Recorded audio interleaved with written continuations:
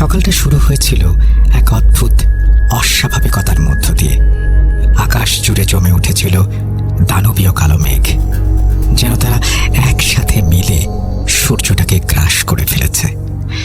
চারপাশের পরিবেশ দেখে মনে হচ্ছিল সন্ধ্যা নামার আগ মুহূর্ত, অথচ বাস্তবে তখন কেবল সকালের শুরু।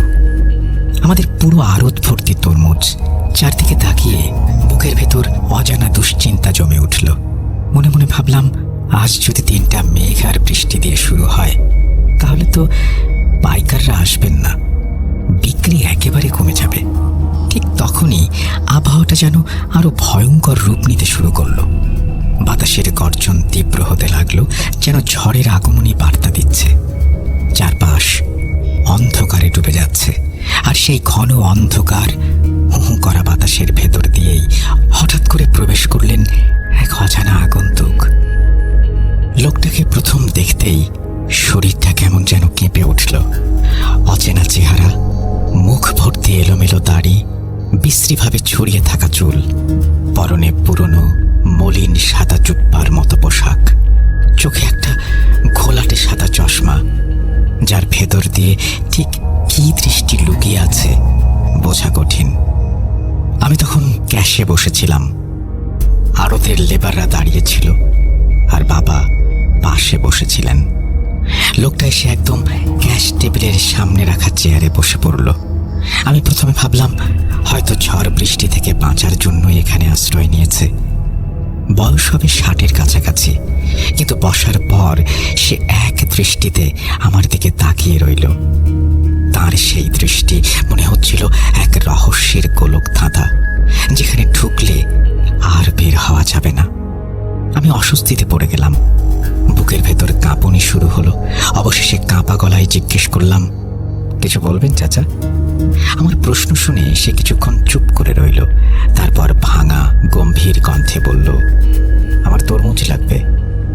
তার চেহারা আর পোশাক দেখে মনে হচ্ছিল সে হয়তো একজন হতদরিদ্র মানুষ, হয়তো সাহায্য চাইতে এসেছে। ভাবলাম 1-2টা তরমুজ নেবে। আমি বললাম, চাচা, এখানে তো খুচরা বিক্রি হয় না, আমরা পাইকারি বিক্রি করি। সে ধীরে ধীরে বলল, তোমাদের এই গোটা আড়তে মোট কত মন তরমুজ আছে? প্রশ্নটা শুনে আমি থমকে গেলাম। বাবাও এগিয়ে এসে ক্যাশ টেবিলের পাশে দাঁড়ালেন। আমি কাঁপা গলায় বললাম, এই 300 থেকে 350 মন। ঠিক তখনই আকাশ ভেঙে বৃষ্টি নামলো। ঝমঝম শব্দে বৃষ্টি মাটিতে পড়তে লাগলো। কালো অন্ধকার আর বিদ্যুতের ঝলকানিতে হঠাৎ করেই ইলেকট্রিসিটি চলে গেল। অন্ধকারের মধ্যে লোকটা ধীরে বলল, আমার সব চাই। এই কথাটা শুনে শরীর ঠান্ডা হয়ে গেল, কারণ 300-350 মন তরমুজ সাধারণত 30-40 জন পাইকার মিলে নেয়। আর এই অচেনা লোক একাই সব কিনতে চায়। আমি অবাক হয়ে জিজ্ঞেস করলাম, চাচা, এতগুলো তরমুজ আপনি নিয়ে কি করবেন? সে আমার দিকে তাকিয়ে বলল, আমার উত্তরের উপর ভিত্তি করে কি তুমি তোমার তরমুজ বিক্রি করবে? আমি থেমে গেলাম, বললাম, মানে না। এরপর বাবা তার সাথে দরদাম শুরু করলেন। যেহেতু সে পুরো আড়তের তরমুজ একসাথে নেবে, তাই দাম কিছুটা কমই ঠিক করা হলো। এবার ওজন করার পালা। কিন্তু বাইরে তখন প্রচন্ড বৃষ্টি আর ঝড়। লেবার বলল, এই বৃষ্টি আর অন্ধকারে আমি মাল ওজন করতে পারবো না, আগে বৃষ্টি কমুক। আমরা সবাই রাজি হলাম। ঠিক হলো, বৃষ্টি কমলেই কাজ শুরু হবে। কিন্তু বৃষ্টি কখন কমবে কেউ জানে না। বাবা, লেবার আর অন্যরা আড়তের এক পাশে গিয়ে বসে রইল। আমি রইলাম ক্যাশ টেবিলে, আর আমার একদম পাশেই নীরবে বসে রইল সেই রহস্যময় লোকটা। আমি বারবার তার দিকে তাকাচ্ছিলাম। কেন যেন মনে হচ্ছিল তার ভেতরে লুকিয়ে আছে এক অজানা ভয়ঙ্কর রহস্য। বৃষ্টির এই সময়টাকে কাজে লাগানোর সিদ্ধান্ত নিলাম। ধীরে ধীরে কথা শুরু করলাম। তারপর হঠাৎ বলেই ফেললাম, চাচা, আপনার কথাগুলো আমার কাছে খুব রহস্যময় লাগছে। সে আমার দিকে তাকিয়ে মৃদু হাসল। সেই হাসি ভেতর কৌতূহল আরো বেড়ে গেল। আমি অপেক্ষা না করে আবার বললাম, চাচা, যদি কোনো রহস্য থাকে একটু বলেন না, বসেই তো আছি, সময়টাও কেটে যাবে। সত্যি বলতে আমি তখন এতটাই কৌতূহলী হয়ে গিয়েছিলাম যে তার নাম পরিচয় কিছুই জানতে চাইনি। সে ধীরে বলল, সব রহস্য জানতে নেই বাবা, না হলে রহস্যের জালে তুমিও আটকে যাবে। তার এই কথায় আমার গা শিউরে উঠল, কিন্তু কৌতূহল কমল না, বরং আরো বেড়ে গেল। আমি বারবার অনুরোধ করলাম। অবশেষে সে বলল, বলতে পারি, তবে একটা শর্ত আছে। আমি তৎক্ষণাৎ জিজ্ঞেস করলাম, কি শর্ত? সে বলল, আমার রহস্য ততক্ষণেই জানতে পারবে যতক্ষণ বৃষ্টি পড়বে। বৃষ্টি থামা মাত্র আমি আর তোমার কোনো অনুরোধ শুনব না। আমি এক মুহূর্ত না ভেবে রাজি হয়ে গেলাম। আর সেই রাজি হওয়াটাই যে আমার জীবনের সবচেয়ে বড় আফসোস হয়ে দাঁড়াবে তা জানতাম না। আসসালামু আলাইকুম রাসেল ভাই ও শ্রোতাবৃন্দ, দিনাজপুর সদর থেকে আলামিন বলছি। আশা করি আপনারা সকলে ভালো আছেন, ভালোর দলেই আছেন। আমিও আল্লাহর রহমতে ভালো আছি। এই ঘটনাটি ঠিক চাচা যেভাবে আমাকে বলেছেন আমি সেইভাবেই লিখছি। বলছেন চাচা।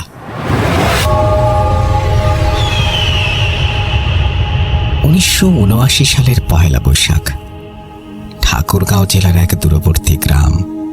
চারপাশে ধান ক্ষেত, মাঝখানে সরু কাঁচা রাস্তা, আর গ্রামের শেষ প্রান্তে একটা বিশাল পুরনো বটগাছ, যেটাকে সবাই এড়িয়ে চলত, বিশেষ করে সন্ধ্যার পর।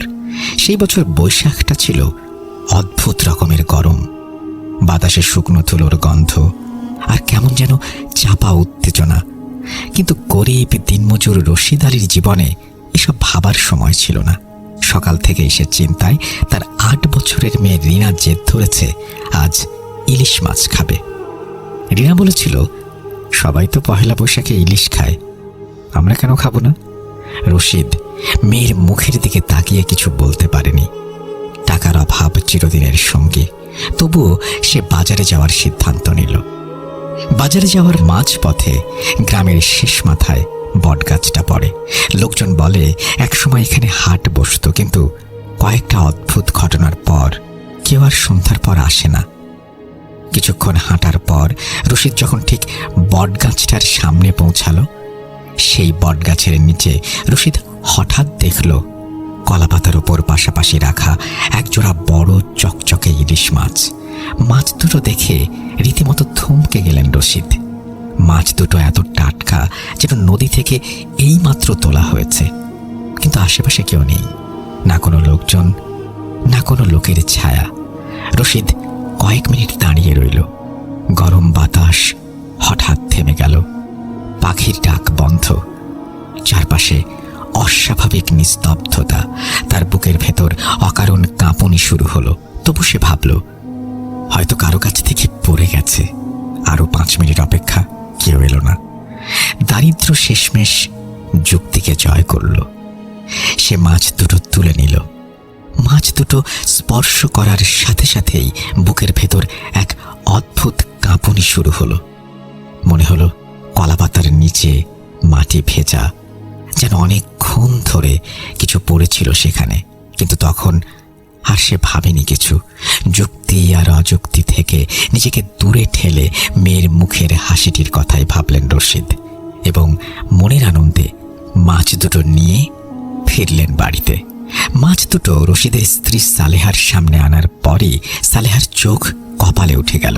নিজের স্বামীর আর্থিক অবস্থা জানা আছে তার, এবং সেখান থেকে এই দুটি মাছ যেন এক আকাশ ছোঁয়া স্বপ্নের মতো।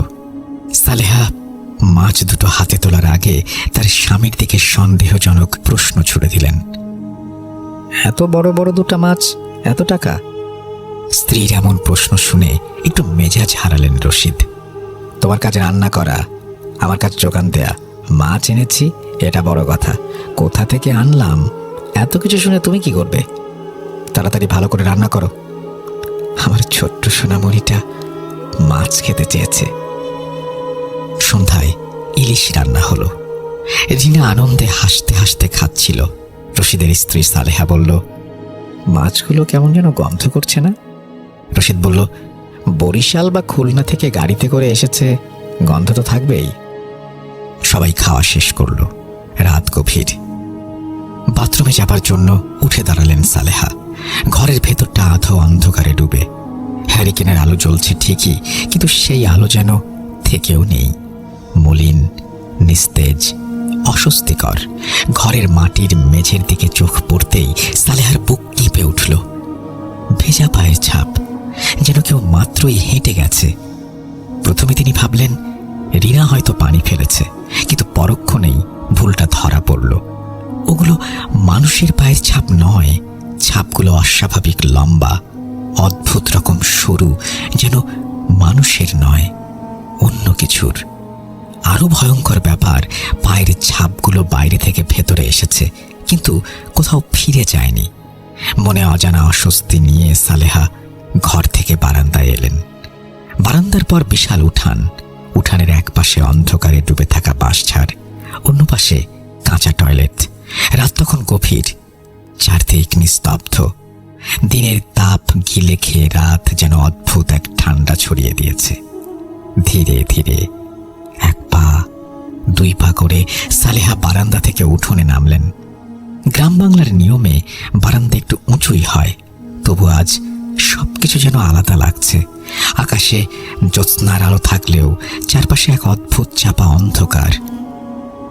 তিনি টয়লেটের দিকে এগোতে লাগলেন। ঠিক সেই মুহূর্তে একটা দুর্গন্ধ নাকে এসে লাগলো।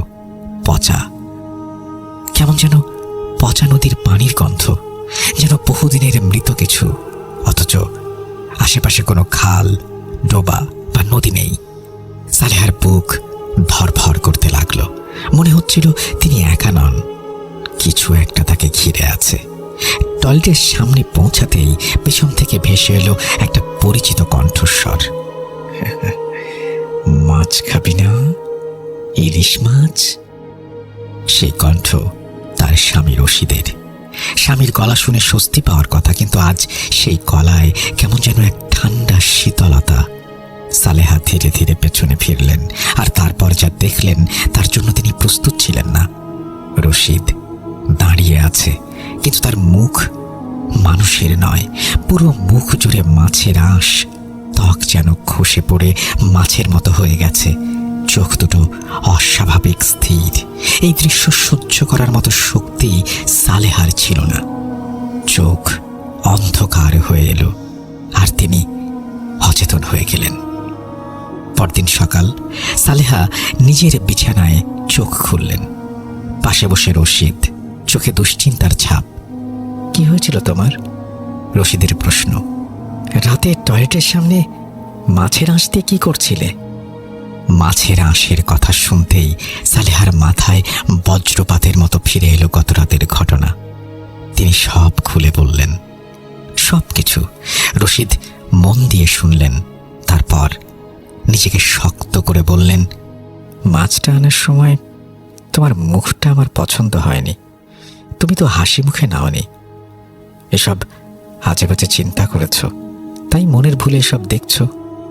কথাগুলো তিনি বললেন সান্ত্বনা দেওয়ার জন্য, কিন্তু ভেতরে ভেতরে তার নিজের বুকেও জন্ম নিয়েছে এক অজানা ভয়, একটা প্রশ্ন, কিছু কি সত্যিই ঘটেছে?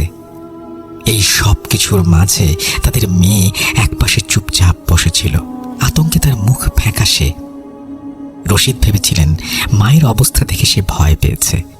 তিনি মেয়েকে কাছে ডাকলেন, সান্ত্বনা দিতে চাইলেন, কিন্তু মেয়েটা যা বলল তা শুনে রশিদের শরীর ঠান্ডা হয়ে গেল।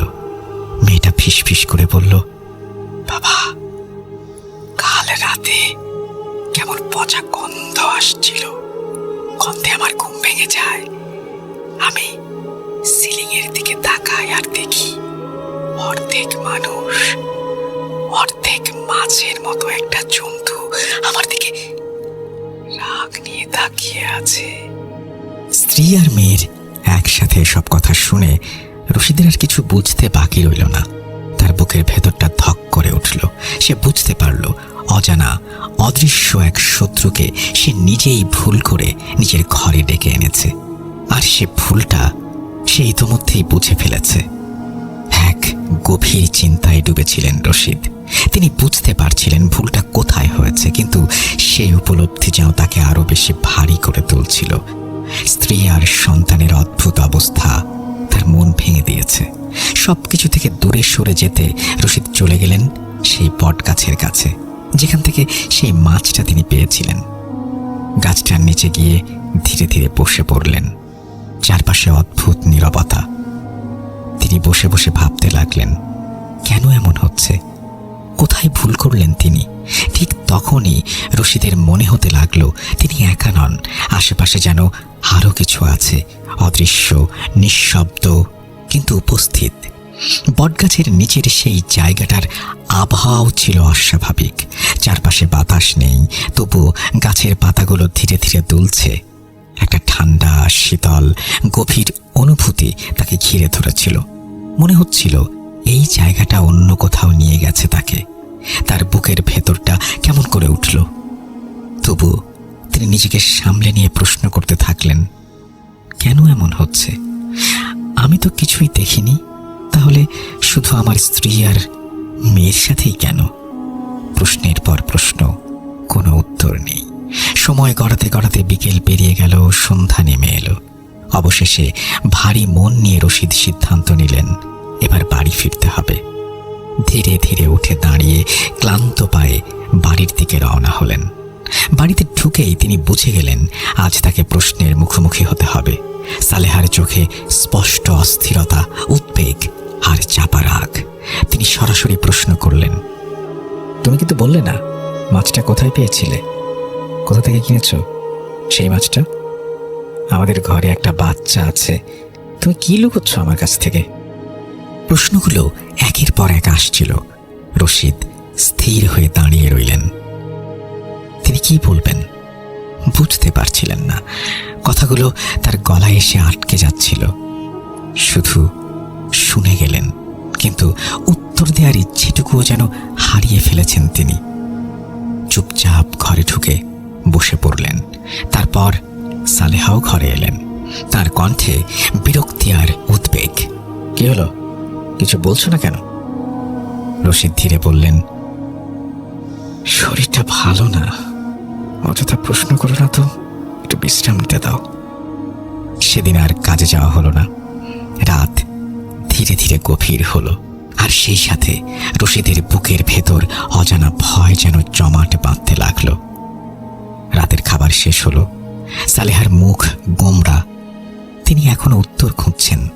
রশিদের মুখে স্পষ্ট দুশ্চিন্তা। এই অস্বাভাবিক পরিবেশটা ছোট্ট রিনা খুব ভালোভাবেই বুঝতে পারছিল। হঠাৎ করেই রিনা দৌড়ে এসে বাবার পাশে দাঁড়ালো। নরম গলায় বলল, বাবা, আমি যদি ইলিশ মাছ না খেতে যেতাম তাহলে এমন হতো না।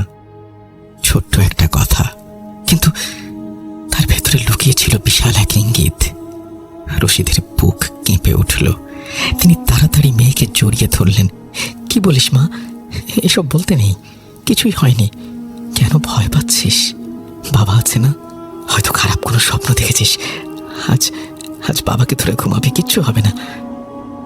কথাগুলো ছিল সান্ত্বনা, সত্যি নয়। মিথ্যা আশ্বাস দিয়ে নিজের মেয়েকে বুকে নিয়ে শুয়ে পড়লেন রশিদ। ঘরের আলোটা ঠিক আগের রাতের মতোই জ্বলছিল, কিন্তু আজ ঘুম নেই। রশিদ আর সালেহা দুজনেই জেগে আছেন। দুজনেই একই ভয় নিয়ে ভাবছেন। রিনা বুঝতে পারছিল সে যদি না ঘুমায় তাহলে বাবা মা আরো চিন্তা করবে, তাই সে চোখ বন্ধ করে রইল, ঘুমানোর ভান করল। সময় এগোতে লাগলো। রাত আরো গভীর হলো। এক সময় এক এক করে সবাই ঘুমিয়ে পড়ল। হঠাৎ রশিদ একটা স্বপ্ন দেখতে শুরু করলো। সে দেখল সে ঠিক সেই বটগাছের নিচেই আছে যেখানে বিকেলে বসেছিল, কিন্তু জায়গাটা আগের মতো নেই। চারপাশে অসংখ্য ইলিশ মাছ, অগণিত স্তূপের পর স্তূপ, কিন্তু সেগুলো তাজা নয়, সবগুলো পচে গেছে, গলে গেছে। আর সেই পচা মাছের গন্ধ এতটাই বিকট, এতটাই হচ্ছে তার পেটের ভেতরে সবকিছু এখনই বের হয়ে আসবে। শ্বাস নিতে কষ্ট হচ্ছে, কিন্তু সে নড়তে পারছে না। তারপর সে দেখতে পেল চারপাশে অনেকগুলো মানুষ বসে আছে। তারা সেই পচা মাছগুলো খাচ্ছে, লোভে, উন্মত্ততায়, হিংস্র ক্ষুধায়। মানুষগুলো দেখতে মানুষের মতো হলেও আসলে মানুষ নয়। তাদের শরীরের চামড়া মাছের আঁশের মতো পিচ্ছিল, বিকৃত, ঠিক যেমনটা তার স্ত্রী আর সন্তান বর্ণনা করেছিল। তারা কাঁচা মাছ ছিঁড়ে খাচ্ছে, মুখের পাশ দিয়ে গড়িয়ে পড়ছে রক্ত, চোখগুলো স্থির, ভয়ঙ্কর, অমানবিক। মনে হচ্ছে তারা বহুদিন ধরে না খেয়েছিল, আর সেই মাছগুলো শেষই হচ্ছে না। যতই খাচ্ছে ততই নতুন মাছ এসে জমা হচ্ছে তাদের সামনে। একটা অভিশপ্ত ভোজ, একটা অন্তহীন ক্ষুধা। হঠাৎ তাদের মধ্যে একজন থেমে গেল, ধীরে ধীরে মাথা তুলে তাকালো রশিদের দিকে। তার চোখ এতটাই রাগান্বিত, এতটাই ভয়ঙ্কর, যেন সেই চোখ দিয়ে রশিদকে গিলে ফেলবে। মাছের মতো ঠান্ডা, কিন্তু ভেতরে জ্বলছে আগুন। রশিদের বুক জমে গেল, শরীর অবশ হয়ে এলো।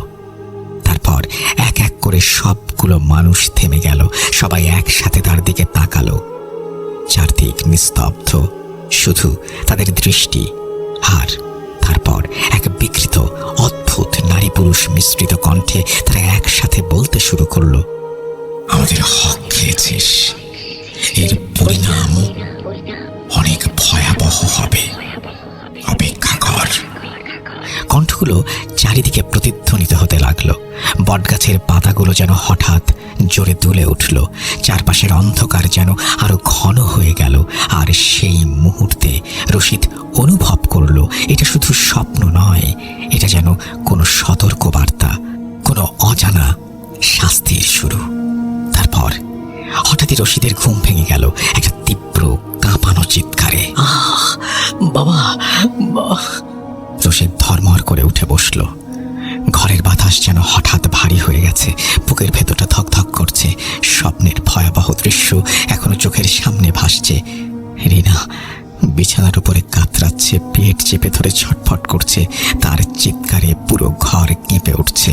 বাবা, পেটটা জ্বলছে। রশিদের মাথা কাজ করা বন্ধ করে দিল। তিনি তাড়াতাড়ি মেয়ের মাথায় হাত দিলেন।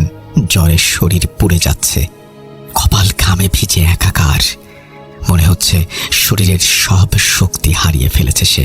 রিনা ছটফট করছে, কাঁপছে, শ্বাস নিচ্ছে দ্রুত দ্রুত।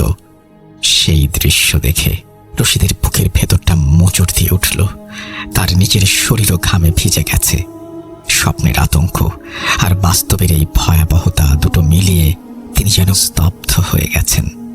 কি করবেন কিছুই বুঝতে পারছেন না। মাথার ভেতরটা ঝাপসা হয়ে যাচ্ছে। পর্ব 2। সালেহা এক কোণে বসে আছে। তার চোখ বিস্ফারিত, মুখ ফ্যাকাশে, ভয় তার গলার স্বর যেন হারিয়ে গেছে। তিনি কিছু বলতে পারছেন না, শুধু কাঁপা কাঁপা চোখে তাকিয়ে আছেন নিজের সন্তানের দিকে। ঘরের ভেতর তখন এক অজানা আতঙ্ক, একটা অদৃশ্য চাপ, একটা নিঃশব্দ ভয় যেন চারিদিক থেকে তাদের ঘিরে ধরেছে। হঠাৎ করে সালেহার নিস্তব্ধতা যেন এক অজানা অশুভ শক্তিতে রূপ নিল। ঘরের ভেতর ভারী নীরবতা নেমে এলো, এমন নীরবতা যা কানে তালা লাগিয়ে দেয়। রশিদ কাঁপা কাঁপা গলায় বলতে লাগলো, কি ব্যাপার? ওখানে বসে আছো কেন? মেয়েটাকে ধরো, আমাকে সাহায্য করো। সালেহা উত্তর দিল না। সে মাথা নিচু করে ঘরের এক কোণায় বসে রইল, একেবারে নিশ্চুপ, পাথরের মতো। হঠাৎ সে ধীরে ধীরে মাথা তুলল, আর সেই মুহূর্তে দেখা গেল সবচেয়ে ভয়ঙ্কর দৃশ্যটি। সালেহা যখন তার স্বামীর দিকে তাকালো, রশিদের বুকটা কেঁপে উঠল। তার চোখ দুটো একদম ফাঁকা, জীবন্ত অথচ প্রাণহীন। পরক্ষণে আচমকা মাটিতে টিকটিকির মতো শুয়ে পড়ল। তার ঠোঁট বেঁকে গেল অস্বাভাবিক এক হাসিতে, এত বিকৃত, শীতল, হিম শীতল হাসি। আর তারপর সে টিকটিকি পাখির মতো হেঁটে হেঁটে এগিয়ে আসতে লাগলো তার স্বামী আর ছোট্ট মেয়ের দিকে। রশিদের বুকের ধড়ফড়ানিটা থেমে যাওয়ার উপক্রম। ঠিক তাদের একেবারে কাছাকাছি এসে সালেহা থেমে গেল।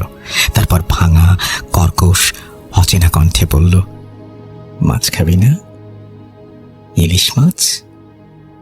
এই কথা শুনেই রশিদের শরীর জমে বরফ হয়ে গেল। মাথার ভেতর যেন বজ্রপাত হলো, রক্ত চলাচল হঠাৎ তীব্র হয়ে উঠল। তার চিন্তায় তখন একটাই বিষয়, তার ছোট্ট মেয়ে। এক মুহূর্ত দেরি না করে সে মেয়েটিকে কোলে তুলে নিল আর ছুটে বেরিয়ে গেল ঘর থেকে। দৌড়াতে লাগলো অন্ধের মতো, পেছনে না তাকিয়ে। কিন্তু কিছু দূর যেতেই হঠাৎ হোঁচট খেয়ে মাটিতে পড়ে গেল। তারপর চারদিক অন্ধকার, সবকিছু নিস্তব্ধ। পরের দিন সকাল, গ্রামের মানুষজন খুঁজে পেল রশিদ আর তার মেয়েকে।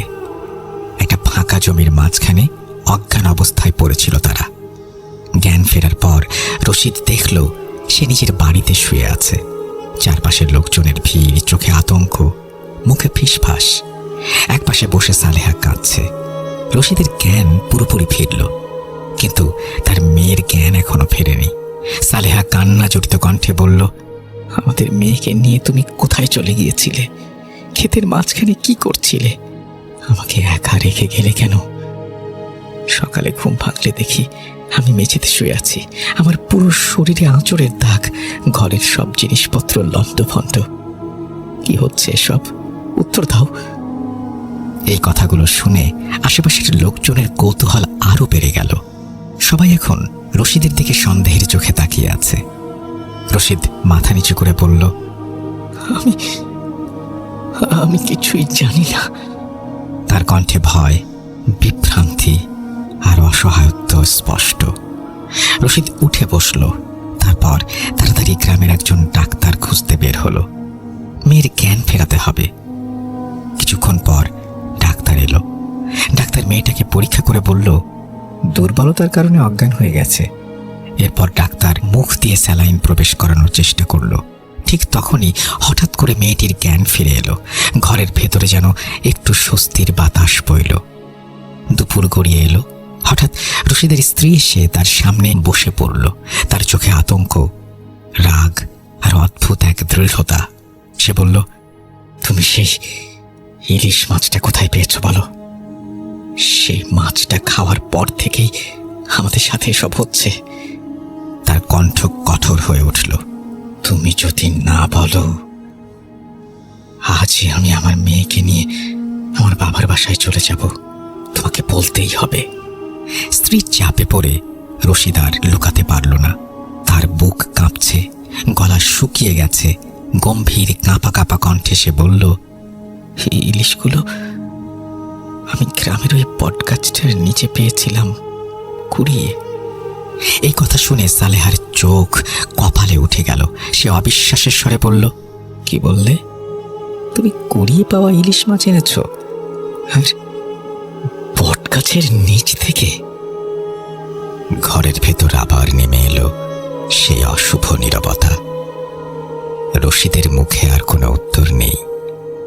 সে শুধু চুপ করে বসে রইল। অনেকক্ষণ নীরব থাকার পর রশিদ ধীরে ধীরে মাথা তুলল। তার কণ্ঠে ক্লান্তি, কিন্তু ভেতরে লুকোনো এক কঠিন দৃঢ়তা। যা ভুল হওয়ার হয়ে গেছে। এখন সব ভেবে লাভ নেই। এখন ভাবতে হবে সামনে কিভাবে এই অদৃশ্য বিপদের মোকাবেলা করব। এই কথা শুনে সালেহা ভেঙে পড়ল না, বরং আরো ভয়ঙ্কর এক সত্য উচ্চারণ করল। মোকাবেলা? কিসের মোকাবেলা করবা? যারে দেখা যায় না, ছোঁয়া যায় না, কিন্তু যে আঘাত করতে পারে তাকে। রশিদ এবার চোখে এক অদ্ভুত জেদ নিয়ে বলল, আমি যতদিন বেঁচে আছি তোমার আর আমার মেয়ের গায়ে আঁচড় পড়তে দেব না। তুমি ভয় পেও না। আজই আমি খাটু কবিরাজের কাছে যাব। পাশের গ্রামের সেই কিংবদন্তি মানুষ খাটু কবিরাজ। গ্রামবাসীর মুখে মুখে তার নাম। কেউ বলে তিনি রোগ সারান, কেউ বলে তিনি অদৃশ্য শক্তির সাথে যুদ্ধ করেন। জিন ভূত থেকে শুরু করে এমন কোনো ব্যাধি নেই যার চিকিৎসা তার কাছে নেই। সেই ভয়ঙ্কর সমস্যার সমাধান খুঁজতে রশিদ ছুটে গেল তার একমাত্র বিশ্বাসযোগ্য বন্ধু বেলালের কাছে। শৈশব থেকে একসাথে বড় হওয়া, সুখ দুঃখের সঙ্গী এই দুই বন্ধু কখনো কিছু লুকায় না একে অপরের কাছ থেকে। সব কথা শুনে বেলাল কিছুক্ষণ চুপ করে রইল, তারপর ভারী কণ্ঠে বলল, তুই অনেক বড় ভুল করে ফেলছিস। আগে বললে পারতি। যা হইছে হইছে, এখন আর দেরি না করে খাটু কবিরাজের কাছে যাই চল। যেমন কথা তেমন কাজ। সন্ধ্যা নামার আগ মুহূর্তে আলো আর অন্ধকারের মাঝামাঝি সেই অস্বস্তিকর সময়ে রশিদ, বেলাল, সালেহা আর তাদের মেয়েকে নিয়ে পৌঁছে গেল তারা খাটু কবিরাজের বাড়িতে। বাড়িতে ঢুকতেই তারা থমকে গেল। কবিরাজ যেন আগে থেকেই সব জানতেন। তিনি বাইরে দাঁড়িয়ে আছেন অপেক্ষায়। হঠাৎ তিনি হাত তুলে সালেহাকে থামালেন। তুমি বাইরে থাকো। কথাটা শুনে সালেহার বুক কেঁপে উঠল। রশিদও অবাক হয়ে তাকিয়ে রইল। কবিরাজ আবার বললেন, তুমি, তোমার বন্ধু আর তোমার মেয়েকে নিয়ে ভেতরে এসো। তারা ঢুকলো সেই রহস্যময় ঘরে। ঘর নয়, যেন এক অদৃশ্য শক্তির আস্তানা। মেঝে ছাড়া কিছু নেই। চারিদিকে ছড়ানো মোমবাতি, লোহারের টুকরো, তাবিজ, অদ্ভুত সব সরঞ্জাম। বাতাস ভারী, নিঃশ্বাস নিতেও কষ্ট হচ্ছিল। মেঝেতে বসতেই হঠাৎ বজ্রের মতো গর্জে উঠল কবিরাজের কণ্ঠ, অনেক বড় ভুল করেছিস। আর বাইরে যে দাঁড়িয়ে আছে সে তোর স্ত্রী না, সে এক শয়তান। কথাটা শুনেই রশিদের বুকের ভেতরে যেন কেঁপে উঠল। গলা শুকিয়ে গেল, তবু কষ্ট করে বলল, হুজুর, ও তো আমার স্ত্রী। কবিরাজ ধীরে মাথা নাড়লেন। তোর স্ত্রী ঠিকই আছে, কিন্তু তার ভেতরে যা আছে তা শয়তান। তার শরীর এখন ওদের আস্তানা। ওকে ভেতরে আনলে চিকিৎসা করা যেত না, কারণ সে সব জেনে যেত। রশিদের মুখ দিয়ে শব্দ বের হচ্ছিল না। কাঁপতে কাঁপতে বলল, আমার স্ত্রী, আমার মেয়ের কিছু হবে না তো?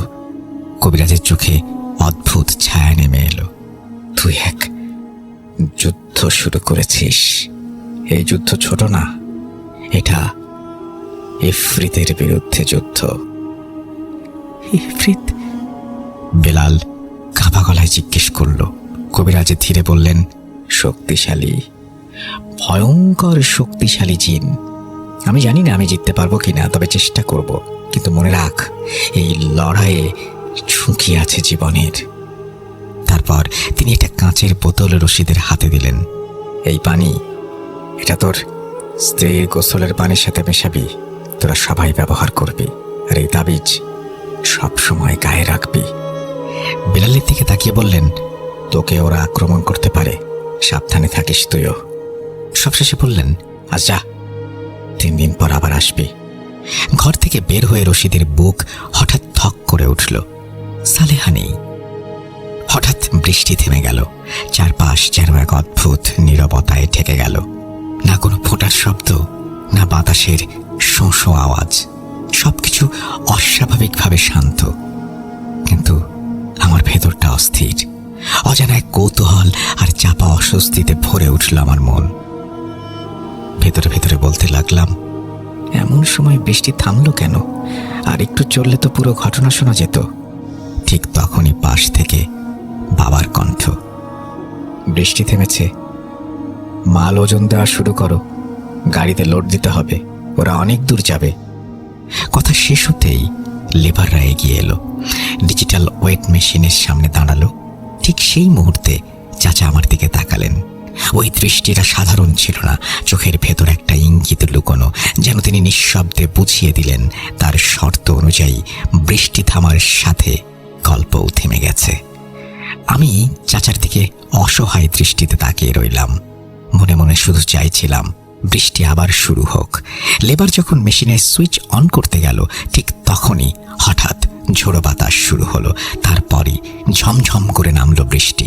মনে হলো কেউ যেন একসাথে সবকিছু আবার চালু করে দিল। মনটা একটু আনন্দে ভরে উঠল। আমি বললাম, চাচা আপনি বসেন, বৃষ্টি থামলে তারপর আপনার মাল মাপবো, বেশি দেরি হবে না। এইবার আর ক্যাশ টেবিলে গেলাম না, চাচার পাশে একটা চেয়ার টেনে বসলাম।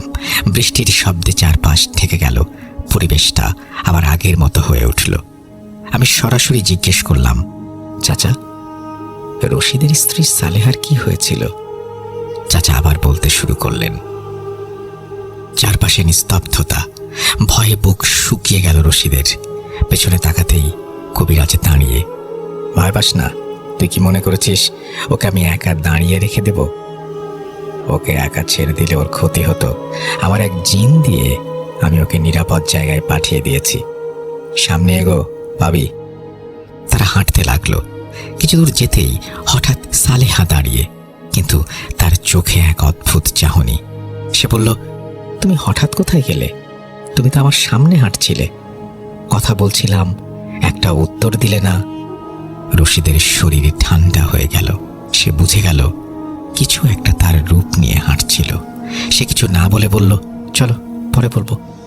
রাস্তা দুই ভাগ হয়ে গেল, একদিকে বেলালের বাড়ি, একদিকে রশিদের। বিদায়ের সময় বেলাল বলল, কিছু হলে আমার কাছে চলে আসিস। রশিদ কিছু না বলে মাথা নাড়ল। বাড়িতে ফিরে এসে সে শুধু বলল, এই তাবিজগুলো পরে নাও, মেয়েকেও পড়াও। রাত নেমে এলো, সবকিছু শান্ত, কিন্তু এই নীরবতার আড়ালে লুকিয়েছিল আরো ভয়ঙ্কর এক অন্ধকার। ঘটনা এখানে শেষ হতে পারত, কিন্তু না, এটা কেবল শুরু। সেই রাতটা অদ্ভুতভাবে শান্ত ছিল। রশিদ আর তার স্ত্রী সালেহা দুজনেই গভীর ঘুমে ডুবে, যেন সব কিছু স্বাভাবিক, কিছুই ঘটেনি। কিন্তু সেই শান্তির ভোর বেশিক্ষণ টিকল না। হঠাৎ সকাল হতেই দরজায় কড়া নাড়ার শব্দ। রশিদ দরজা খুলতেই জমে গেল তার বুকের রক্ত। দরজার সামনে দাঁড়িয়ে বেলাল, কিন্তু তাকে দেখে মানুষ মনে হচ্ছিল না। মুখ জুড়ে আঁচড়ের দাগ, শরীর জুড়ে কালচে ছাপ, যেন কেউ রাত ভর নির্দয়ভাবে পিটিয়েছে তাকে। রশিদ কিছু বলার আগেই বেলাল তাকে জড়িয়ে ধরে হাউমাউ করে কেঁদে উঠল। ওরা আমাকে মেরে ফেলতো রে, চল, এখনই চল, কবিরাজের কাছে যেতে হবে, সময় নেই। রশিদ থমকে গেল। কি হয়েছে আগে বল। বেলাল মাথা নেড়ে বলল, সব বলার সময় নেই, আগে চল। স্ত্রী সালেহা ও মেদিনাকে বাসায় রেখে রওনা দিলেন রশিদ কবিরাজের বাসার উদ্দেশ্যে। পথে যেতে যেতে বেলাল ফিসফিস করে বলল, গত রাতে তাবিজটা পড়িনি, ভুল করেছি। রাত গভীর হলে দেখি আমার মাথার ওপর কালো কিছু ঘুরছে, 3-4টা ছায়া কানের কাছে ফিসফিস করছে, তারপর একটা গলা চেপে ধরলো, আর বাকিগুলো আমাকে মারতে লাগলো। বেলালের চোখ ভয়ে কাঁপছিল, চিৎকার করতে পারছিলাম না, একদম শব্দ বের হচ্ছিল না। তারপর আর কিছু মনে নেই।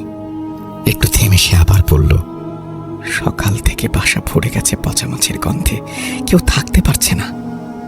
কবিরাজের বাড়ির একটু আগেই একটা ছোট জঙ্গল পড়ে, দুপাশে ঘন গাছ, মাঝখানে সরু রাস্তা। ঠিক সেই জায়গায় গিয়ে রশিদের পা থেমে গেল। সামনে দাঁড়িয়ে আছে সালেহা, কাঁদছে। রিনা খুব অসুস্থ, তোমার যাওয়ার পর থেকেই ওর এই অবস্থা, তাড়াতাড়ি চলো। রশিদের মাথা কাজ করা বন্ধ করে দিল। সে শুধু বলল, কোথায় রিনা? সালেহা হাত দেখিয়ে বলল, এই পাশেই, চলো। তারা দুজনই তার পিছু নিল, কিন্তু কিছু একটা ঠিক লাগছিল না। অনেকটা পথ হেঁটে গেল, কোথাও রিনার দেখা নেই। হঠাৎ বেলাল থেমে ফিসফিস করে বলল, তোর স্ত্রীর পায়ের দিকে তাকা। রশিদ তাকাতেই বুক কেঁপে উঠল। সামনে হাঁটছে সালেহা, কিন্তু মাটিতে তার পায়ের কোনো স্পর্শ নেই।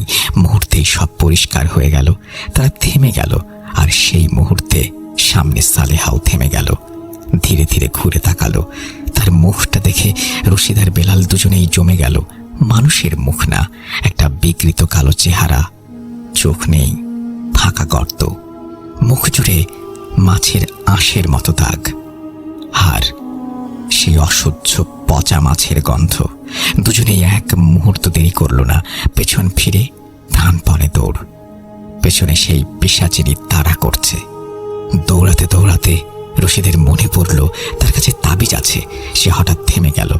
তুই পালা, চিৎকার করে বলল বেলালকে। বেলাল দ্বিধায় পড়লেও শেষমেশ দৌড়ে পালালো। বিশাল ফাঁকা মাঠে দাঁড়িয়ে রশিদ, সামনে সেই ভয়ঙ্কর পিশাচিনী। চারপাশে হঠাৎ ঝড়ের মতো বাতাস বইতে শুরু করলো। রশিদ কাঁপা গলায় বলল, কি চাস তুই? কেন আমাদের ক্ষতি করছিস? পিশাচিনী কোনো উত্তর দিল না। সে আক্রমণ করতে এগিয়ে এলো, কিন্তু পারল না। তাবিজের শক্তিতে যেন আটকে যাচ্ছে। ঠিক তখনই রশিদের পাশে এসে দাঁড়ালো তার মেয়ে রিনা।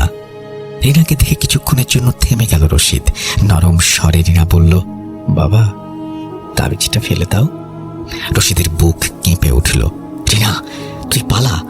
রিনা শান্ত গলায় বলল, আমার কিছু হবে না, আমি তাবিজ ফেলে দিয়েছি। ওইটাই খারাপ, ওই কবিরাজ ভালো না বাবা, তুমিও ফেলে দাও। এক মুহূর্তের জন্য রশিদের মন নরম হয়ে গেল।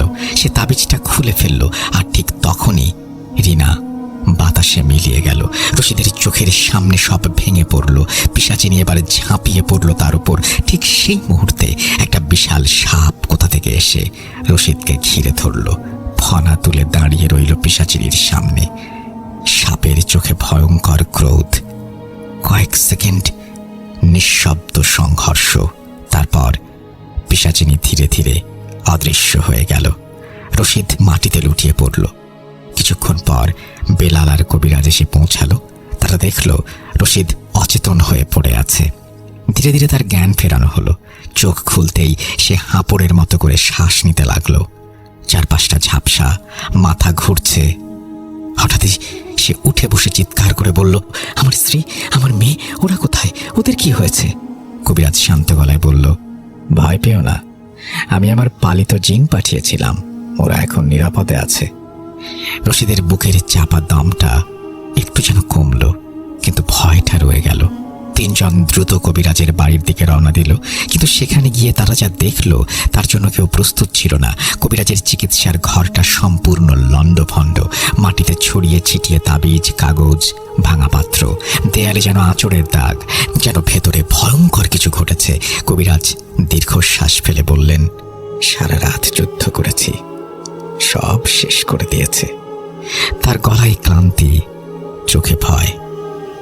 এখন আমার হাতে কিছু নেই, আমার ওস্তাদের কাছে যাওয়া ছাড়া আর কোনো উপায় নেই।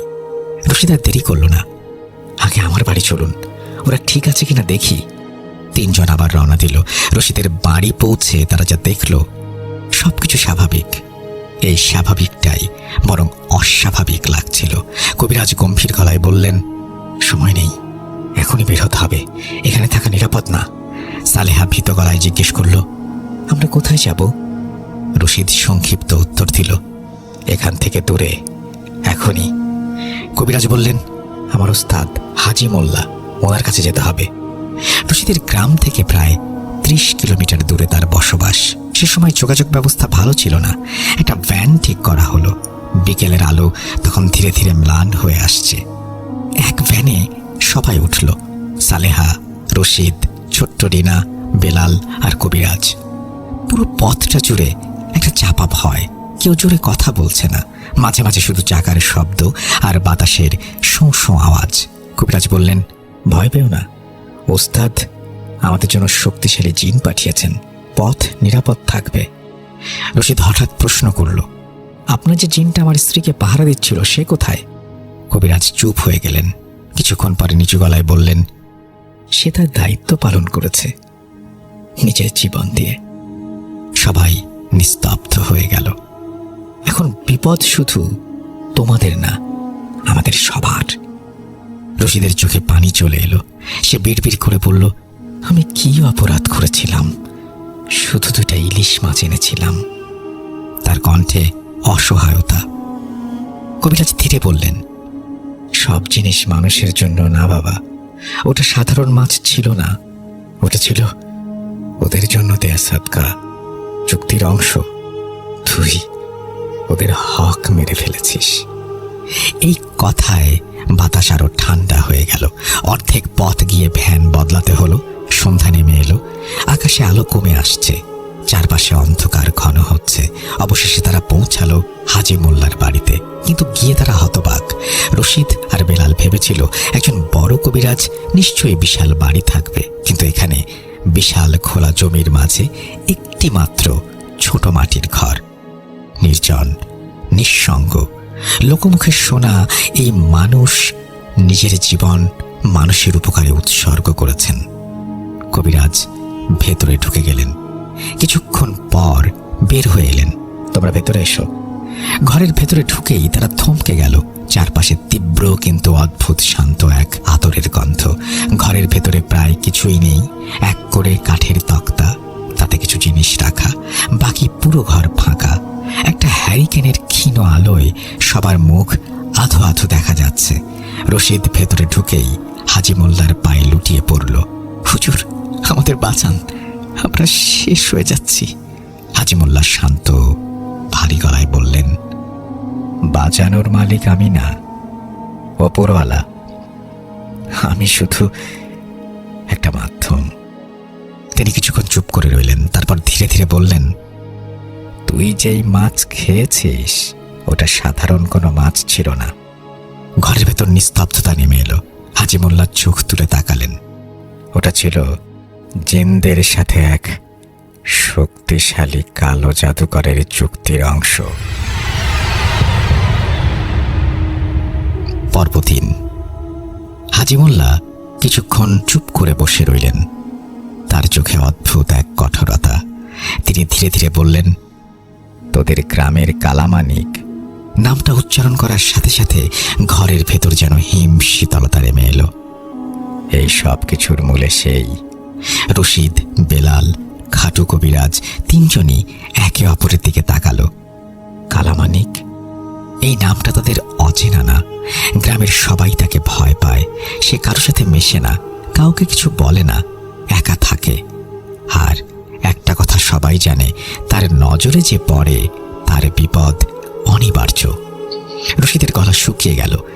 কাঁপা কাঁপা স্বরে বলল, হুজুর, আমি তো কালামানিকের কিছু করিনি। ওর কিছু করিসনি, কিন্তু তুই ওর কাজে বাধা দিয়েছিস। হাজি মোল্লা এবার নিচু গলায় বললেন, ও ইফরিতকে বশে আনতে চায়, তাই ও ইফরিতের পূজা করে। এই কথাটা শুনে বেলাল অবাক হয়ে বলল, ইফরিত? হাজি মোল্লা বললেন, 7 দিনে 7 ধরনের সদকা। এই নিয়মে সে কাজ করছিল।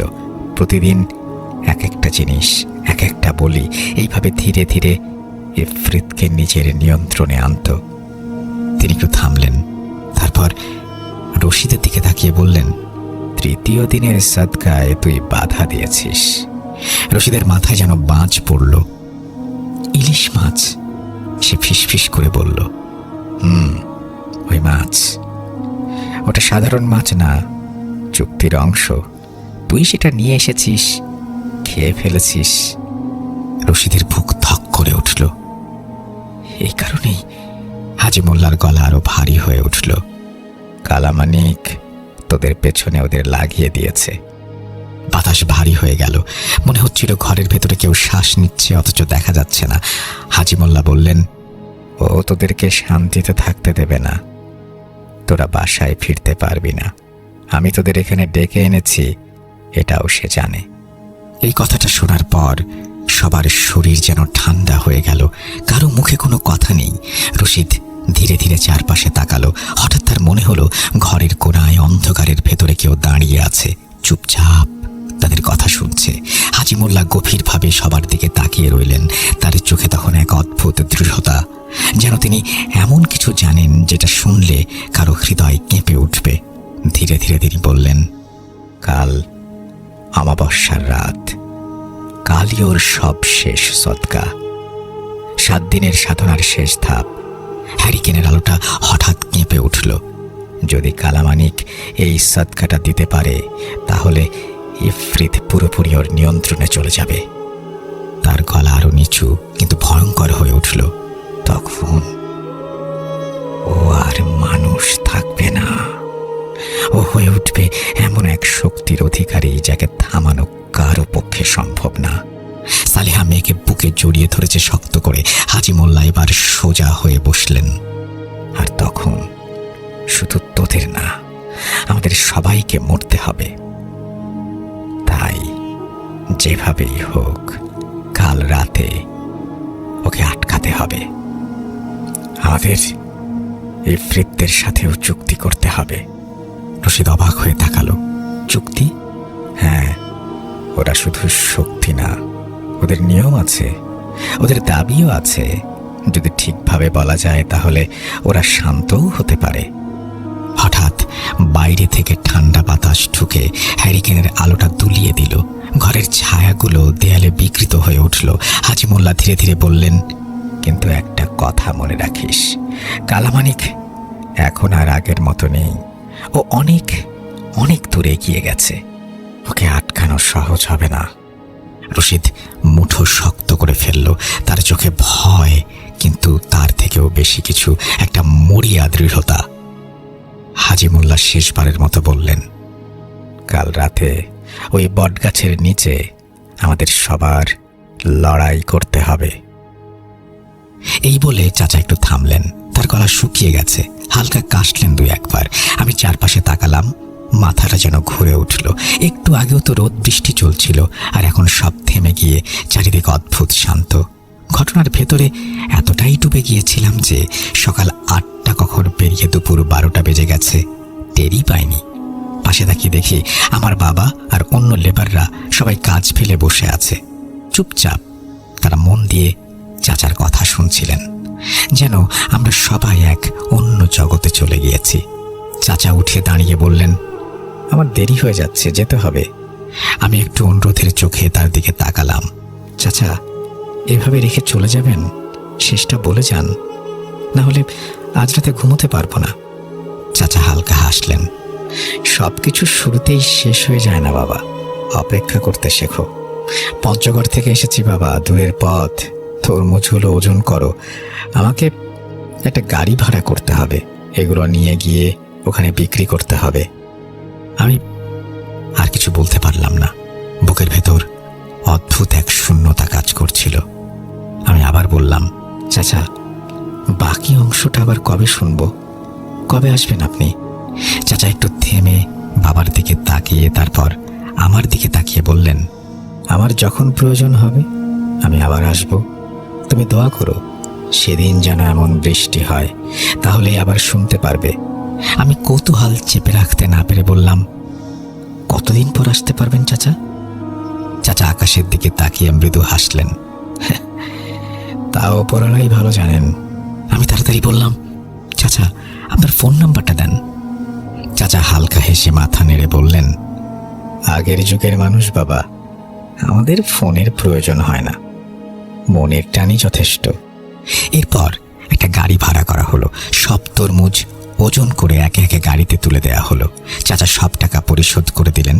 গাড়িতে ওঠার আগে তিনি হঠাৎ আমার দিকে তাকিয়ে বললেন, একটা কথা মনে রেখো বাবা, রাস্তায় পড়ে থাকা খাবার কখনো উঠাতে নেই, ওটা অন্যের হক হতে পারে। এই কথাটা বলে তিনি গাড়িতে উঠে বসলেন। গাড়িটা ধীরে ধীরে দূরে মিলিয়ে গেল, আর আমি দাঁড়িয়ে রইলাম, মনে হাজার প্রশ্ন। চাচার ঘটনার মতোই তার কথাগুলো যেন রহস্যে ভরা। চাচাকে অনেক রিকোয়েস্ট করেছি, চাচা ঘটনার মানুষগুলোর সাথে আপনি কি যুক্ত? চাচা কোনো উত্তর দেননি। হালকা হেসে বলেছিলেন, শেষটা শুনলে তোমার উত্তর তুমি নিজেই পেয়ে যাবে। যাই হোক, এই ছিল আমার ঘটনা। ঘটনায় ব্যবহৃত সকল নাম, স্থানের নাম, ঠিকানা পরিবর্তন করে ব্যবহার করা হয়েছে। ভূত.com-এর সাথে থাকুন এবং ভালোর দলে থাকুন। আমি দিনাজপুর সদর থেকে আলামিন বলছি।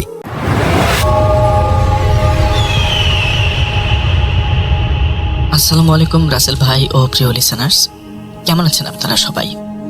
আশা করি আল্লাহ তাআলার অশেষ রহমতে আপনারা সকলে অনেক ভালো আছেন এবং সুস্থ আছেন। আজকে আপনাদের মাঝে হাজির হয়েছি সম্পূর্ণ নতুন একটি ঘটনা নিয়ে। আসলে আমাদের চারপাশে এমন অনেক কিছুই ঘটে যা আমরা সাধারণ চোখে দেখতে পাই না, অথবা দেখতে পেলেও বিশ্বাস করতে চাই না।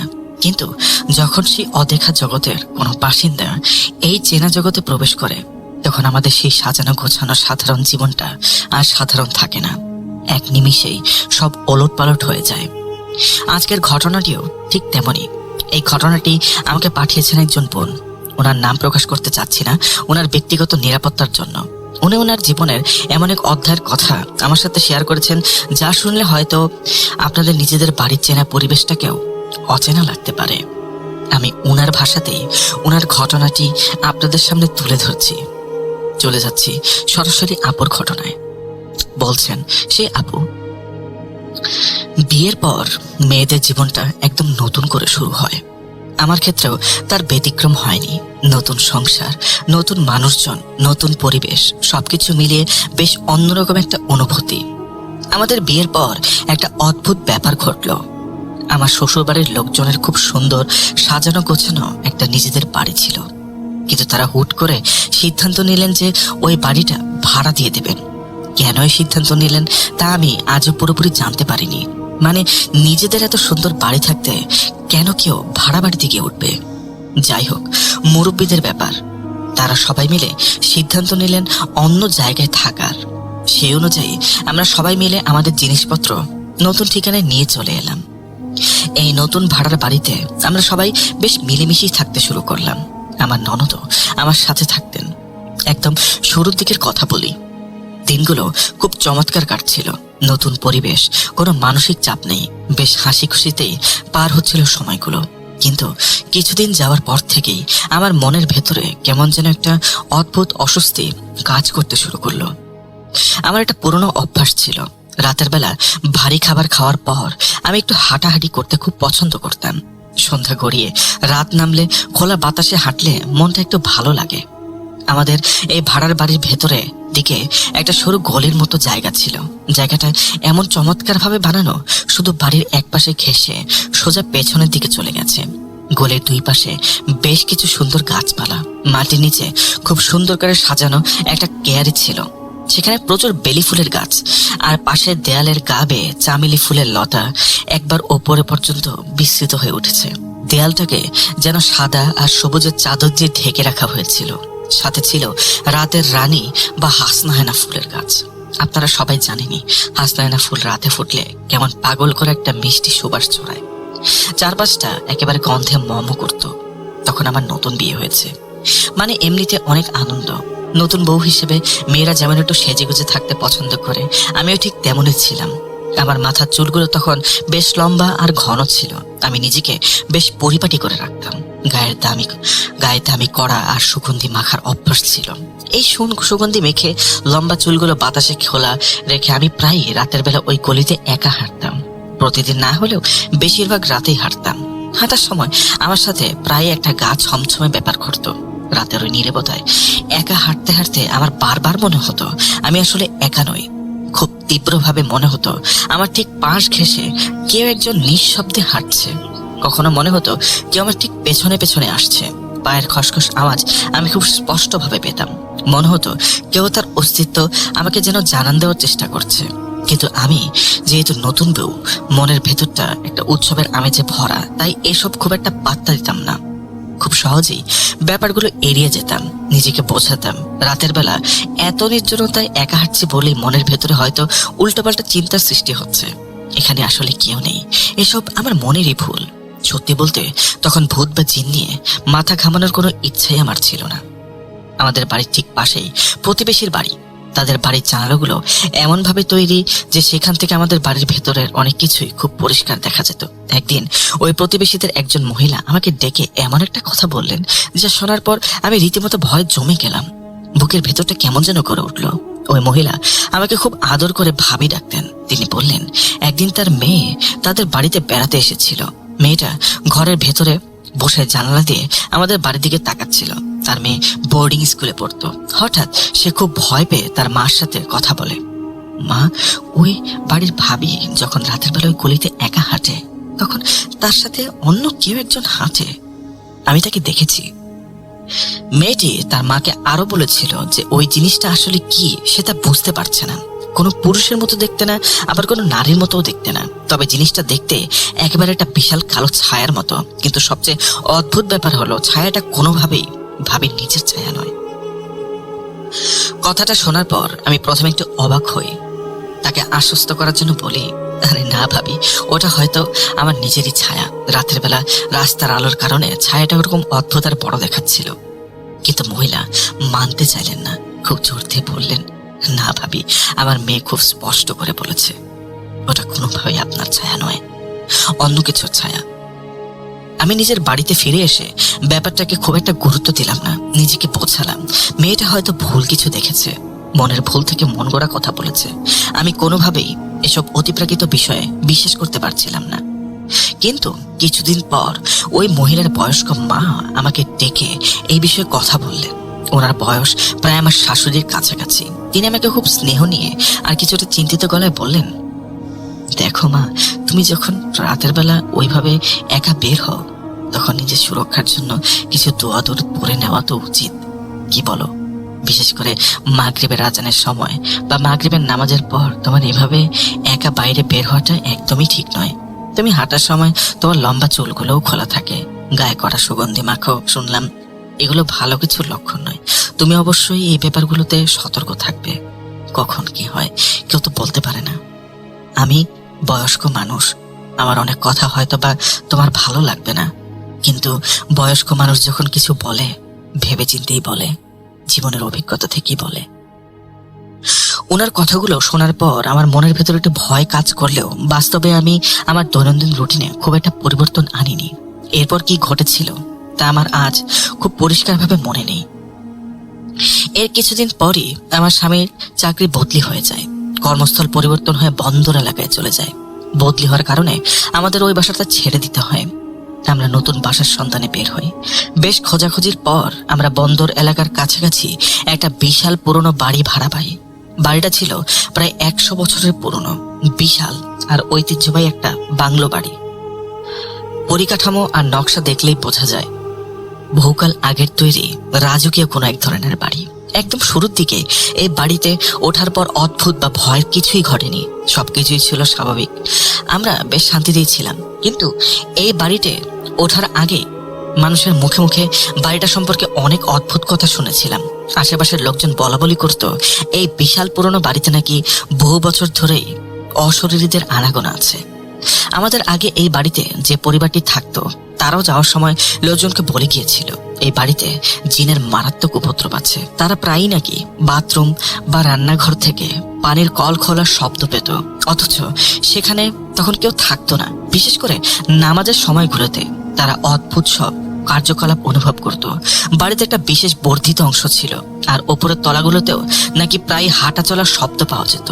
আমরা যখন এসব কথা শুনলাম নিজেদেরকে বোঝালাম যে জিন তো পৃথিবীতে আল্লাহর সৃষ্টি, তারা সব জায়গাতেই আছে। আমরা তো এমন কোনো খারাপ কাজ করব না যার কারণে তারা আমাদের উপর বিরক্ত হয় বা ক্ষতি করার চেষ্টা করে। আমরা আমাদের মতো থাকলে তারা কেন ক্ষতি করতে যাবে? আর বিয়ের পর স্বামী যেখানে যায় স্ত্রীকে তো সেখানেই যেতে হয়। আমি তখন ছোট ছোট ছেলে মেয়েদের নিয়ে সারাদিন এত বেশি ব্যস্ত থাকতাম যে এসব নিয়ে চিন্তা করার সময় পেতাম না। সংসার আর সন্তানদের মাঝেই পুরোপুরি মগ্ন ছিলাম। আমাদের সেই বিশাল বাংলো বাড়ির সীমানার ভেতরে একটা বড় নিম গাছ ছিল। গাছটা এত বেশি বড় আর ঘন ছিল যে পুরো বাড়ির একপাশের ছাদকে তার বিশাল ছায়া দিয়ে ঢেকে রাখত। ডালপালাগুলো এতটাই বিস্তৃত ছিল যে দিনের বেলাতেও গাছের নিচের দিকটা বেশ অন্ধকার আর স্বেচ্ছেতে হয়ে থাকতো। শুধু নিম গাছটাই না, আশেপাশে আরো অনেকগুলো বড় বড় পুরনো গাছ ছিল। একটা অনেক বড় জাম গাছ, বিশাল আকারের একটা আম গাছ, আরো কিছু নাম না জানা গাছ। মনে হতো বহু বছর আগে কোনো শৌখিন মানুষ গাছগুলো খুব যত্ন করে লাগিয়েছিলেন। এই গাছগুলো মিলে বাড়ির ওই অংশটা সবসময় একটা থমথমে অন্ধকার আর রহস্যময় পরিবেশ তৈরি করে রাখতো। চারপাশটা যেন একটা অদ্ভুত নীরবতায় ডুবে থাকতো। এরপর একদিন হলো কি, বাড়ির মালিকেরা সিদ্ধান্ত নিলেন তারা ওই বড় নিম গাছটা কেটে ফেলবেন। লোকজন ডাকিয়ে এনে সে বিশাল গাছটা সমূলে কেটে ফেললেন। বিশ্বাস করুন, সেদিন থেকেই আমার জীবনে এক অদ্ভুত আর ভয়ঙ্কর অধ্যায়ের সূচনা হলো। আমরা তখন যৌথ পরিবারে থাকতাম। বাড়িটা ছিল প্রায় 2000 গজ জায়গার উপর। সেই আমলের বাড়িগুলো যেমন হতো এই বাড়ির ঘরগুলো ঠিক তেমন বিশাল আকারের। এক একটা ঘর এত বড় যে আজকের দিনে অন্তত 4টা আধুনিক বেডরুম মিলে সেই একটা ঘরের সমান হবে। আমরা সেখানে বিশাল ডাবল বেড রেখেছিলাম। দেয়াল জুড়ে বড় তাক আর আসবাবপত্র, এমনকি আস্ত একটা সোফা সেটও ঘরের এক পাশে সাজিয়ে রেখেছিলাম। এত কিছুর পরও ঘরের ভেতরে প্রচুর খালি জায়গা পড়ে থাকতো। অন্য শহর থেকে কোনো আত্মীয় স্বজন চট্টগ্রাম এলে তারা আমাদের এই বিশাল বাড়িতে এসে উঠত।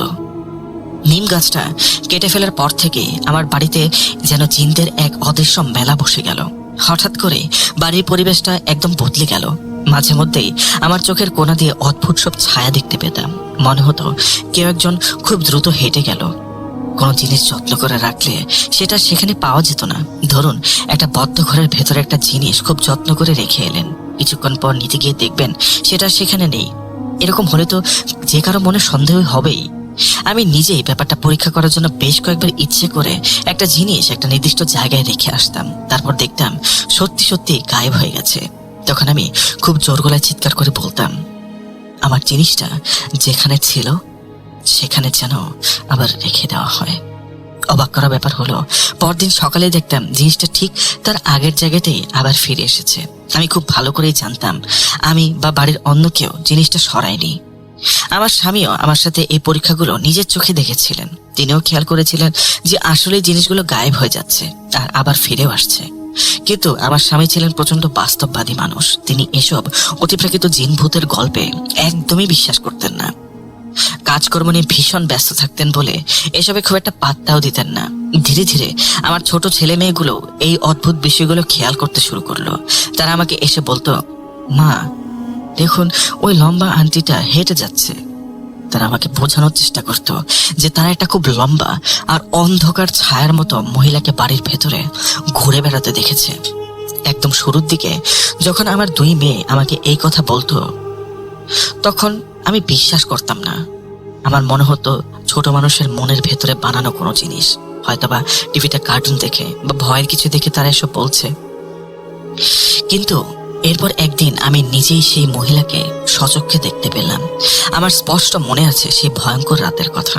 আমাদের বাড়িতে একটা ফ্রিজ ছিল, যেটা ছিল আমাদের নিচতলায়।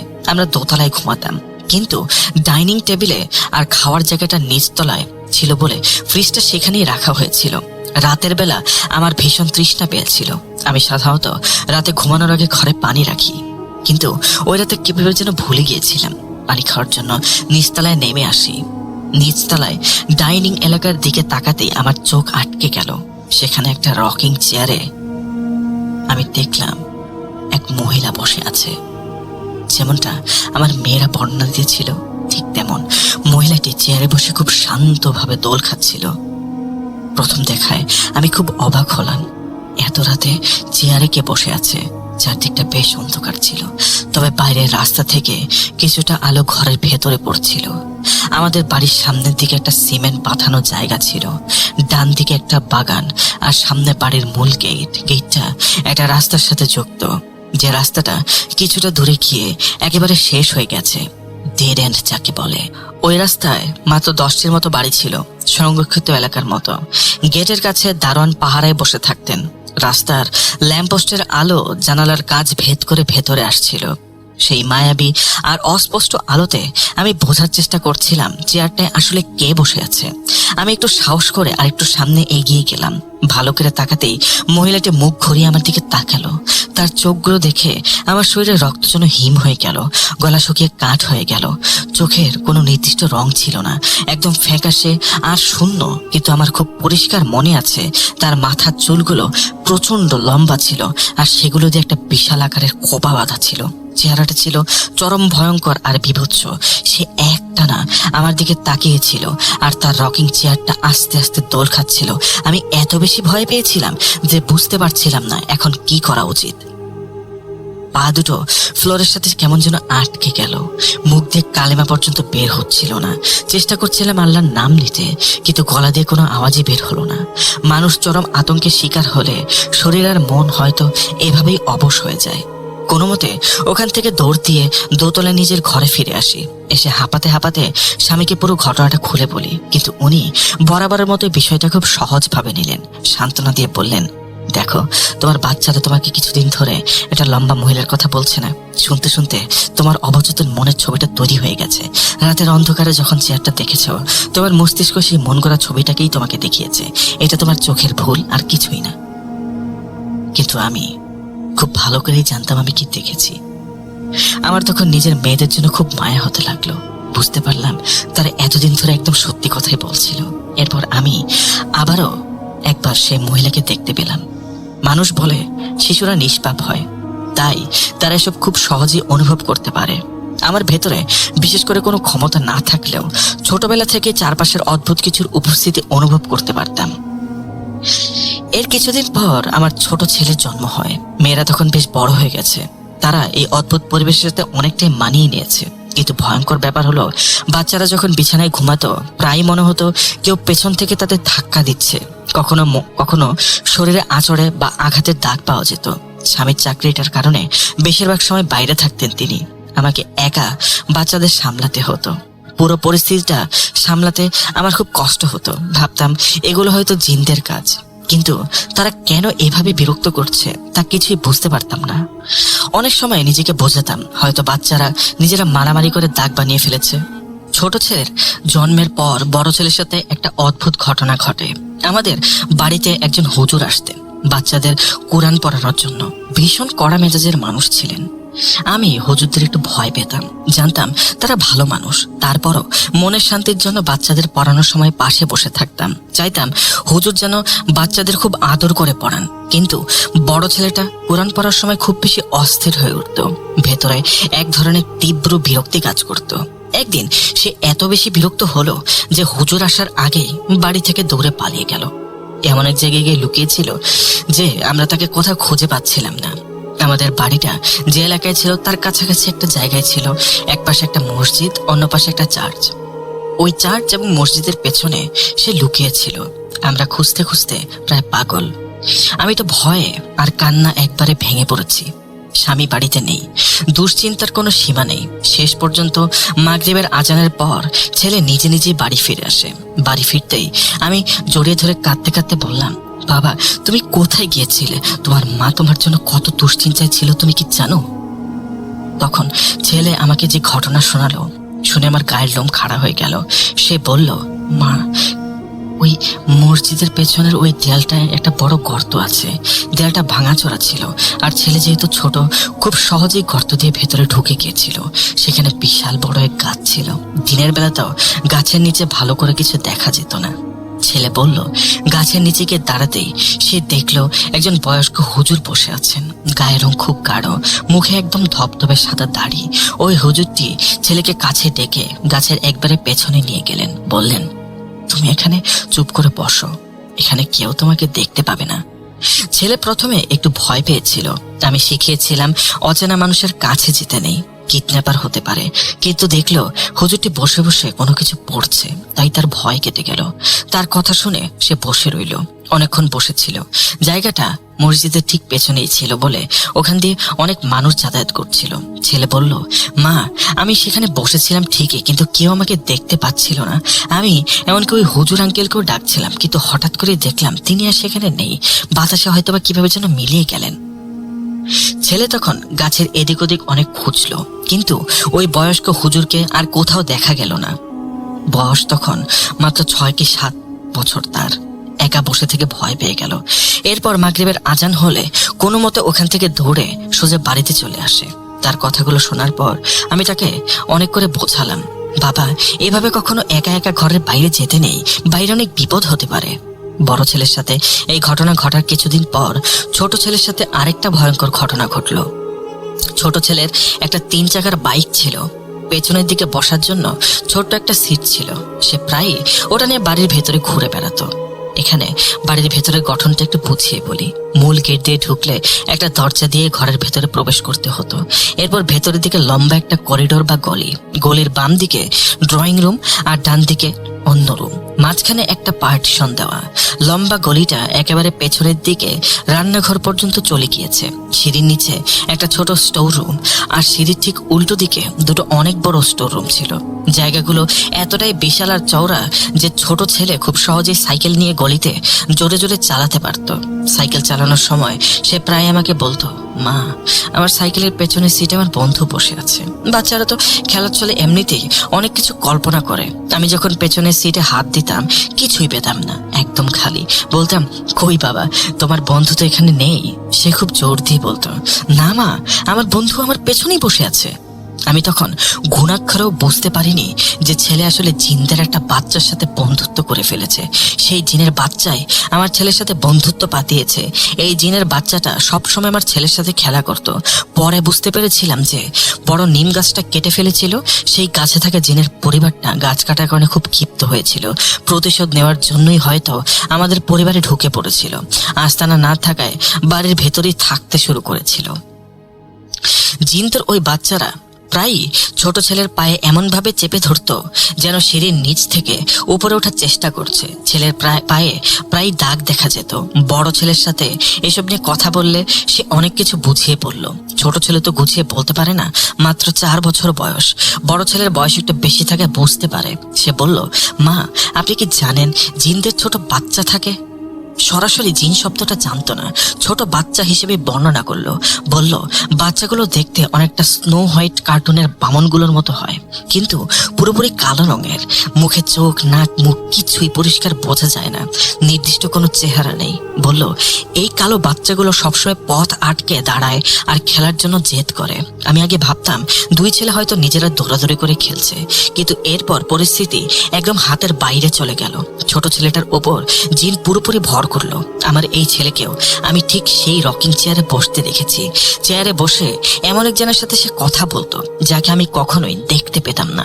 আশ্চর্যের বিষয় হলো, ছোট ছেলেটা আমাকে একদিন অবিকল সেই লম্বা আর কালো মহিলার কথা বর্ণনা করেছিল, যাকে আমি অনেকদিন আগে নিজে দেখেছি। ও বলল ওই মহিলার মাথায় চুল দিয়ে বিশাল বড় একটা খোপা করা।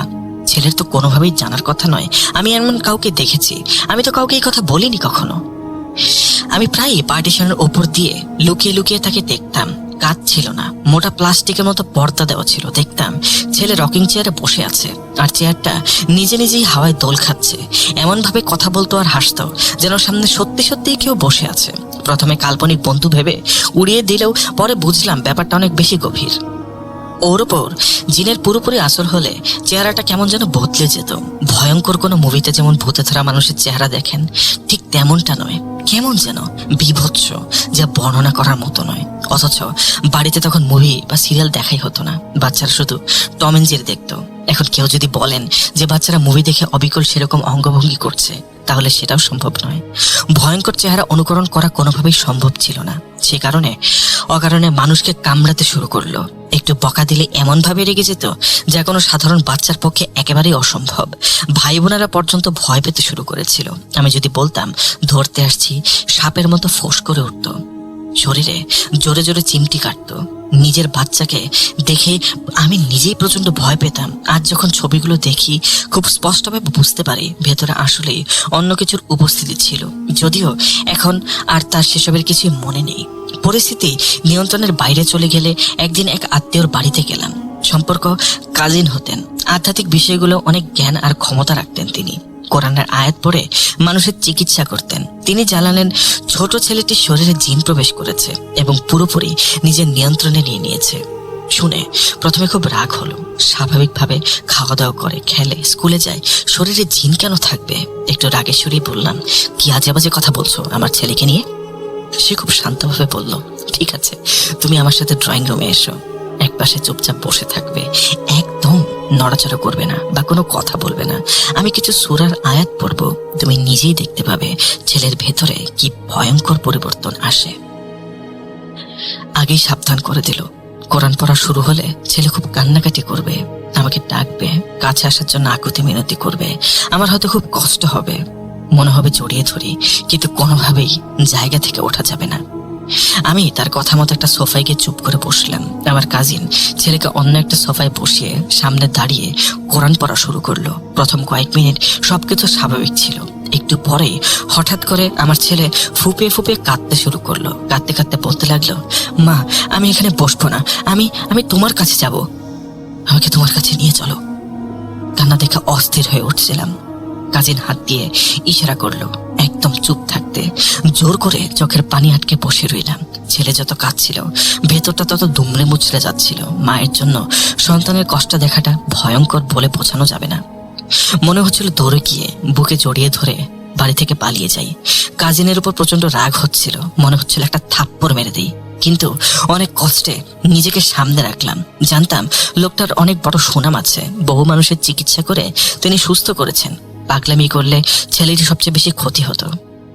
কিছুক্ষণ পরে হঠাৎ করে ছেলের কান্নার আওয়াজটা একদম বদলে গেল।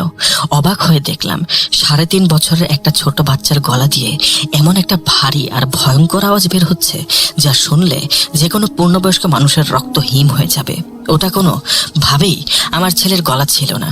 অদ্ভুত আর বিকট গলায় সে বলল, তোমরা আমাকে বিরক্ত করো না, তোমরা আমাকে ছেড়ে দাও।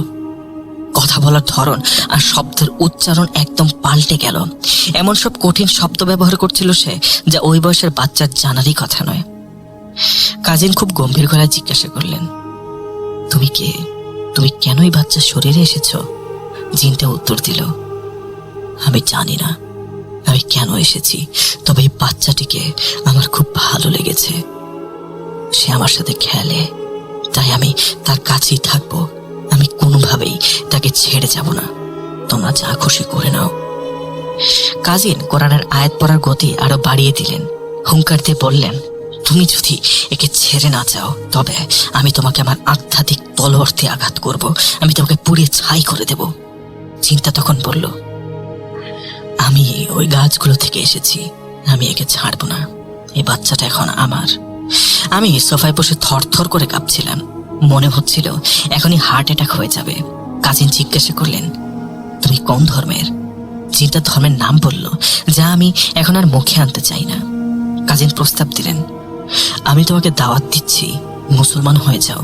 তুমি কালেমা পড়ে নাও এবং বাচ্চাটিকে চিরতরে ছেড়ে দাও। যদি তা না করো, তবে কোরআনের শক্তিতে আমি তোমাকে ধ্বংস করে দেব। জিনটা প্রথমে অনেক বেশি বাধা দেওয়ার চেষ্টা করলো।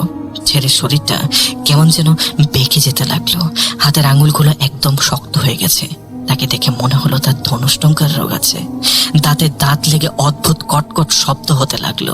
চোখগুলো উল্টে গিয়ে এমন ভয়ঙ্কর রূপ নিল, মনে হচ্ছিল এখনই আমাদের সবাইকে সে খুন করে ফেলবে।